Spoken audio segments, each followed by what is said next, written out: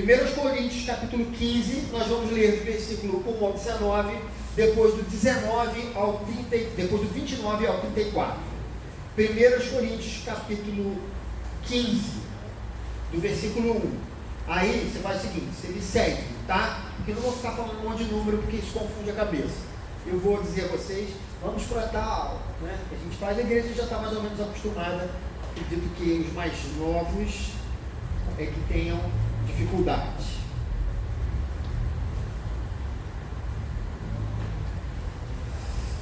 Muito bem, vou convidar a igreja para ficar de pé nesse momento. Estão prontos para a maratona de leitura?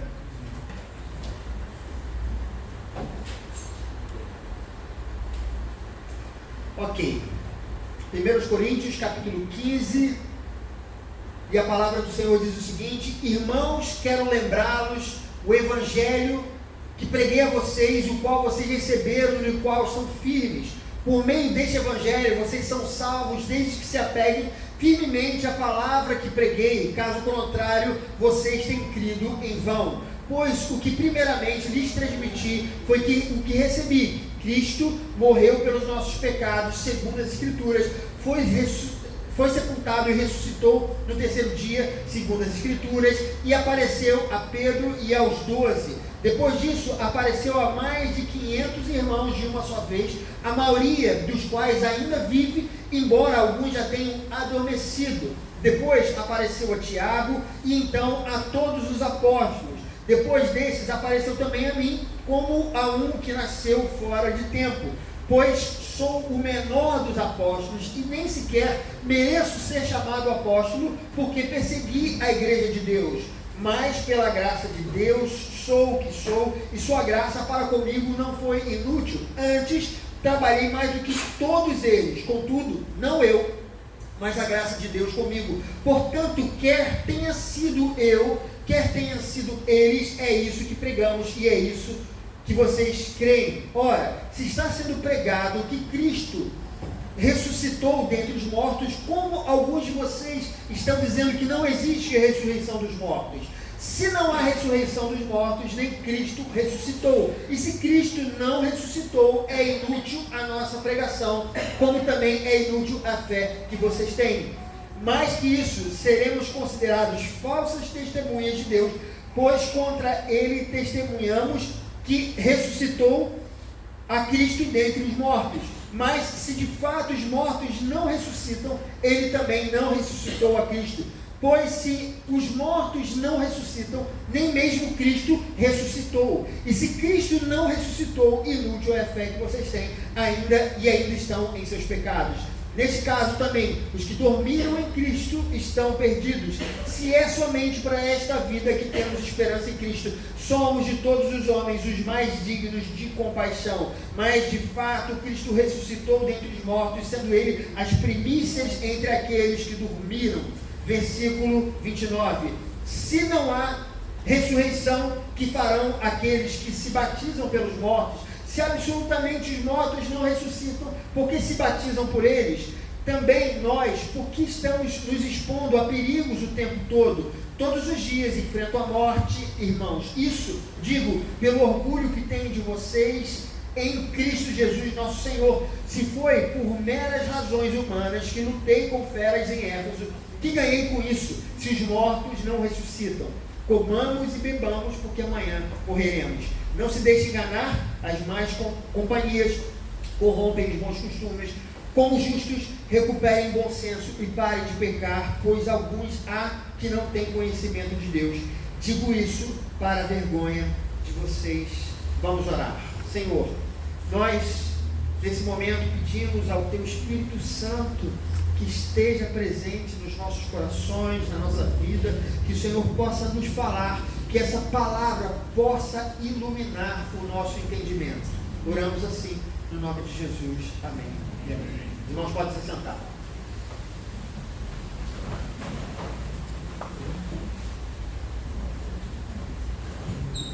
Queridos, como eu falei aqui, nossa igreja, ela cumpre um determinado ciclo, né? Esse é o nosso ciclo de ensino.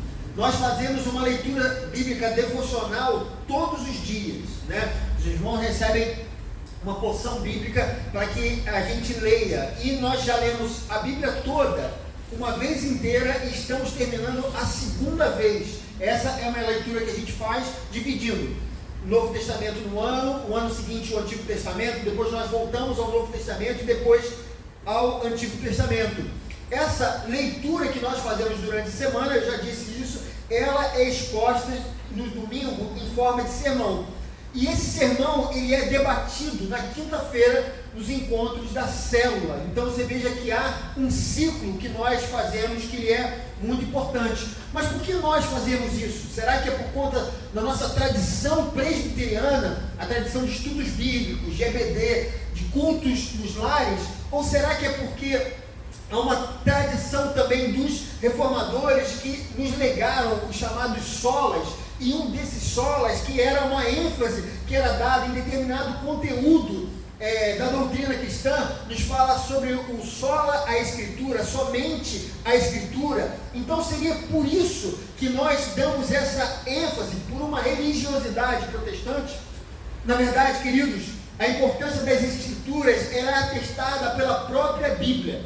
Nessa semana, por exemplo, nós lemos o livro de Oséias. Esse livro até me inspirou a buscar esse texto de hoje, e nós lemos que o profeta pronuncia a destruição do povo de Deus, e o grande problema do povo de Israel era a falta do conhecimento de Deus. Oséias 4,6 nos diz: meu povo foi destruído por falta de conhecimento. Israel rejeitou o conhecimento de Deus e por isso se desviou do caminho que ele deveria andar. E como consequência, Israel se perdeu. A rejeição do conhecimento de Deus é a opção por viver na escuridão. Nós entendemos, irmãos, que, usando uma linguagem atual, que a Bíblia é o GPS de nossas vidas. É necessário para trilhar, ela é necessária para a gente trilhar corretamente o caminho que nós precisamos fazer para o nosso futuro. É através da Bíblia que entendemos que há um Deus Criador, é através dela que nós entendemos que nós escolhemos nos afastar dele, assim diz o livro de Gênesis, e através dela que aprendemos que o Filho de Deus teve que vir ao mundo para nos salvar, porque senão a salvação seria impossível se dependesse dos nossos próprios esforços e a nossa própria obra. E é a própria Bíblia que nos diz que Jesus é o Filho de Deus, que ele é nascido de mulher, ele foi moído por nós, carregou a pesada cruz, em sua cabeça havia uma coroa de espinhos, ele foi despido, foi cuspido, cravos foram postos em suas mãos e pés, sua cruz foi erguida e sobre os cravos estava o peso do seu corpo. Ele sofreu intensamente, uma intensa dor física e psicológica, foi abandonado pelo Pai, sofreu uma sede maior do que a própria dor, e só depois disso é que ele veio a morrer. Mas a Bíblia também nos diz que depois de 3 dias ele ressuscitou. Queridos, não é uma ressurreição metafísica, mas Jesus ressuscitou em carne e osso. Naquele momento que ele chega para Tomé e fala para tocar as mãos e os lábios, Jesus estava dizendo: eu não sou uma fantasia, eu não sou uma ideia, eu não sou um espírito, eu ressurgi em carne e osso. O Cristo crucificado, segundo as Escrituras, tornou-se o Cristo ressurreto. A ressurreição de Jesus é um dos pontos principais da nossa fé. O credo apostólico, queridos, assim chamado pela tradição, ele é uma súmula da fé cristã, e ele foi desenvolvido pelos cristãos com o passar dos séculos e aponta alguns elementos fundamentais da nossa crença. Se qualquer elemento que está ali articulado nesse credo, ele sair, algo que as pessoas pensaram e viram o supra-sumo, da nossa maneira de pensar, se qualquer um desses for tirado, todo o restante será inócuo. E o credo apostólico, ele diz o seguinte: creio em Deus, Pai Todo-Poderoso, Criador do céu e da terra, creio em Jesus, seu único Filho, Filho, nosso Senhor, o qual foi concebido por obra do Espírito Santo, nasceu da Virgem Maria, padeceu sob o poder de Pôncio Pilatos, foi crucificado, morto e sepultado, ressurgiu dos mortos ao terceiro dia, subiu ao céu, está assentado à direita de Deus, Pai Todo-Poderoso, de onde há de vir julgar vivos e mortos. Creio no Espírito Santo, creio na Santa Igreja Universal, na comunhão dos santos, na remissão dos pecados, na ressurreição do corpo, na vida eterna. Amém. Essas são verdades que todos nós cremos. Se qualquer uma dessas coisas for retirada, queridos, da nossa fé, todo o demais será desmontado. E é por isso que nessa epístola, Paulo está defendendo um dos pontos cruciais da nossa crença. A igreja de Corinto, irmãos, era uma igreja tomada pela arrogância intelectual. Era nessa igreja que havia divisões. Era nessa igreja que as pessoas aceitavam passivelmente os pecados morais uns dos outros. Essa era a igreja das confusões teológicas. Essa era a igreja da disputa de quem eram os maiores, os mais importantes e os menos importantes. Essa era a igreja que afirmava também que não havia ressurreição. Paulo, sempre preocupado com o ensino do evangelho genuíno, ensina a importância basilar da ressurreição de Cristo, conforme ele nos diz no verso 17: se Cristo não ressuscitou, inútil é a fé que vocês têm e ainda estão em seus pecados. Essa mesma preocupação a respeito dos fundamentos da nossa fé precisa estar em nós nos dias de hoje também. Nós vivemos, queridos, em dias que as convicções, elas parecem ter sido sucumbidas, né? As ideologias, usando um termo emprestado de Bauman, que foi um filósofo, as ideologias, elas são líquidas. E no Evangelho, nós somos convidados a mudar o que há dentro de nós, para que essa mudança se reflita fora de nós. O Evangelho não nos convida a mudar o exterior, mas o interior. Mas para que essa mudança aconteça em nós, dentro de nós, é necessário convicção, é necessário solidez, é necessário fé, é necessário crer de verdade naquilo que se prega. Como, irmãos, nós amaremos de coração as pessoas se não temos uma visão clara daquilo que nós cremos? Esse amor vai ser superficial. Como aceitaremos os diferentes ou perdoaremos os ofensores se não cremos que fomos aceitos e perdoados pelo Deus Criador, Pai do nosso Senhor e Salvador Jesus Cristo? Clareza e entendimento de nossa fé é fundamental para as ações propostas por Evangelho. E a pergunta que fica é: como o entendimento correto a respeito da ressurreição de Jesus influencia a minha vida? O que isso tem a ver com você? E para ser uma influência em nossa vida, em primeiro lugar, a ressurreição não deve ser entendida como algo simbólico.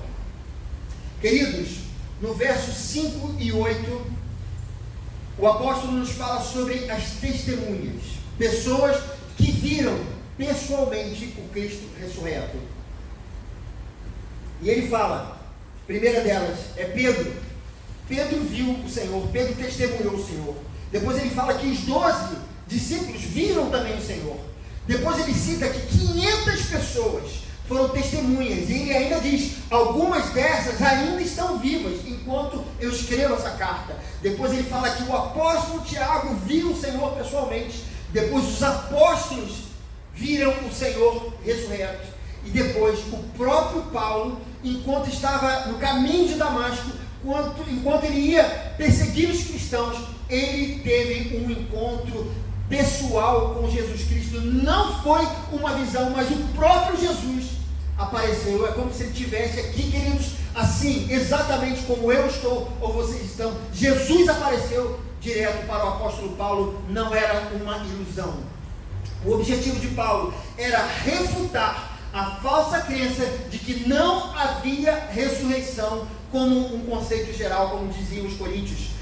Para os coríntios era assim: não existe ressurreição, logo Cristo não ressuscitou. A abordagem de Paulo era, na verdade, o oposto, era a abordagem das testemunhas. Paulo estava dizendo: contra fatos não há argumentos. Essas pessoas viram, eu vi, nós testemunhamos a sua ressurreição. Amados, a alta crítica literária, que foi uma abordagem cética a respeito da fé cristã, isso surgiu nos últimos séculos, eles tinham como certo a não existência de milagres. Quando eles iam para a Bíblia, eles iam certos de que o milagre não existia. E segundo eles, o Jesus histórico era diferente do Jesus da fé, do Cristo da fé. Os textos bíblicos, para eles, eram interpretados como um compêndio de histórias místicas inventadas pelos discípulos de Jesus. Era mais ou menos assim, como fake news incorporadas à história de um homem comum que não fazia milagre algum, que era apenas um líder ideológico. Eles acreditavam em Jesus, mas não na sua divindade, não na sua ressurreição. Então Paulo, ele diz o seguinte: se Cristo não ressuscitou, inútil é a fé que vocês têm e ainda estão em seus pecados. Paulo afirmava aos coríntios que não era possível crer em Jesus e ao mesmo tempo não crer na ressurreição. Ou aceitamos o que Jesus é, ou então a nossa fé não faz sentido. Queridos, é mais fácil nesse momento estarmos numa praia, é mais lucrativo mesmo nesse dia de chuva do que estar aqui se Jesus Cristo não ressuscitou de fato. Por que você está perdendo seu tempo se você nunca parou para pensar que a ressurreição é algo real, é algo verdadeiro, é algo sólido? Diferente dos dias dos apóstolos, onde os coríntios não acreditavam na possibilidade da ressurreição, no nosso tempo, o grande perigo é o da irrelevância teológica.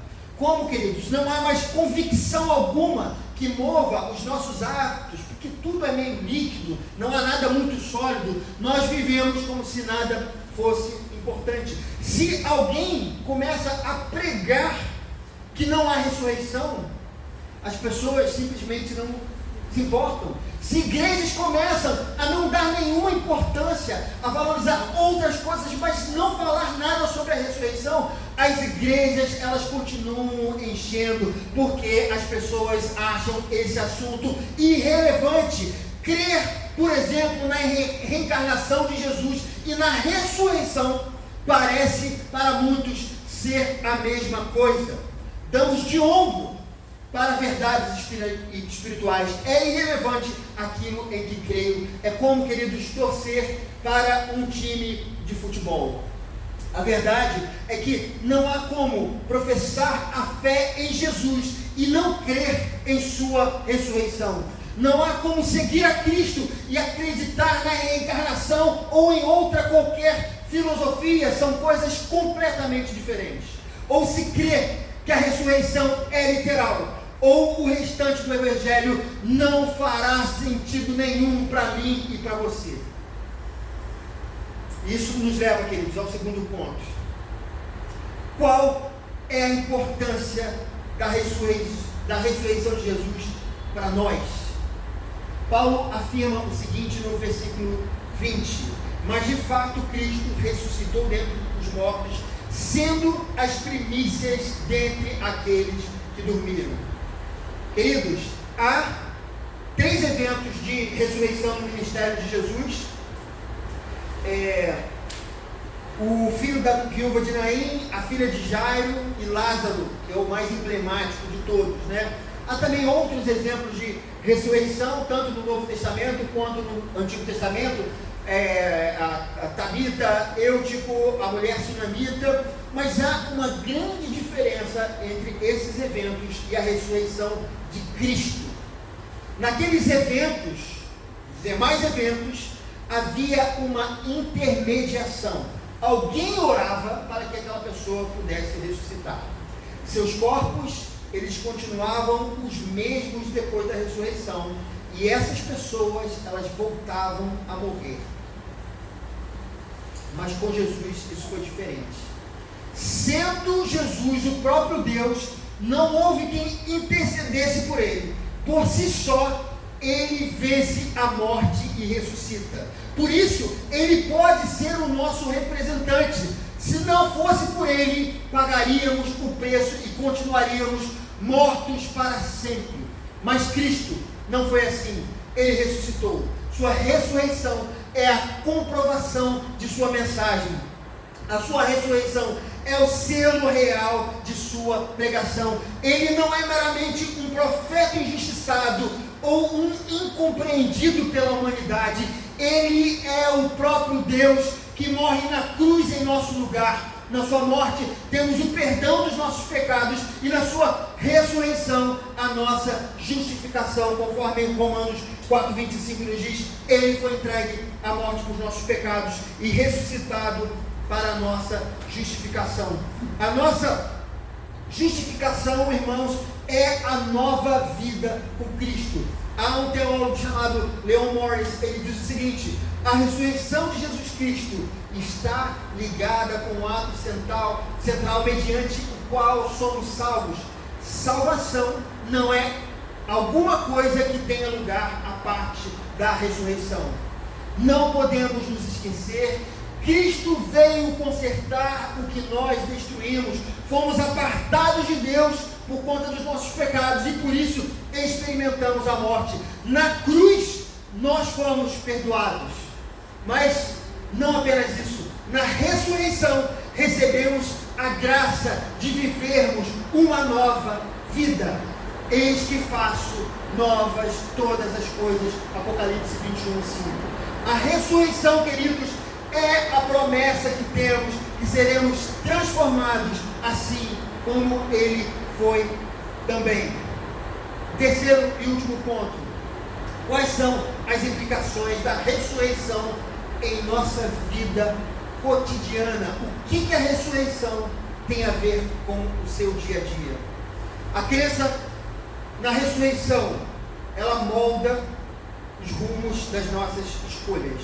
Veja o que diz o versículo 32. Se como homem combati em Éfeso as bestas, que me aproveita isso se os mortos não ressuscitam? Comamos e bebamos, que amanhã morreremos. Queridos, se tudo não passa de uma fantasia, não há motivos para a nossa entrega do Senhor. Tudo que o apóstolo Paulo havia feito não tinha qualquer proveito. Tudo que nós fazemos para nos esforçar, para que nós nos pareçamos com Jesus Cristo, todas as coisas que nós dizemos, quando a gente diz não ao mundo, ao pecado, nada disso tem valor se Jesus Cristo não ressuscitou. O Evangelho, amados, é feito de escolhas. Quando nós resolvemos amar alguém, quando nós resolvemos perdoar os nossos ofensores, quando resolvemos dizer não à nossa carne e virar-nos contra o pecado, tudo é baseado na crença de que assim como ele ressuscitou, nós ressuscitaremos também. Essa é a nossa esperança. É por causa da promessa da ressurreição que nós olhamos para o alvo, que é Jesus Cristo, e nós desejamos viver como ele viveu. Amém. Queridos, eu gostaria de concluir essa mensagem dizendo, chamar os músicos aqui à frente. Você pode estar vivendo dias difíceis. Preste atenção em mim. Quem sabe a expectativa de uma notícia ruim sobre a sua saúde ou de alguém próximo a você. Pode ser que o medo tenha sido a tônica nos últimos dias. Pode ser que as notícias ruins dos telejornais, assaltos, crimes, assassinatos, mortes em escolas e balas perdidas, corrupção, às vezes a insegurança política de nosso país talvez esteja tirando o seu sono. Talvez você esteja com medo de que não haja um Brasil civilizado para os seus filhos daqui a alguns anos. Nesses momentos difíceis, lembre-se da ressurreição de Jesus Cristo. Lembre-se do Deus da ressurreição, um Deus que pode transformar todas as coisas. O Deus de Jó, que creu nos piores momentos da sua vida. Alguém que dizia: eu sei que o meu Redentor vive e que por fim se levantará sobre a terra. Essa era a esperança de Jó. Essa precisa ser a nossa esperança. O Deus que tem poder de ressuscitar os mortos, de acalmar as tempestades, de fazer novas todas as coisas.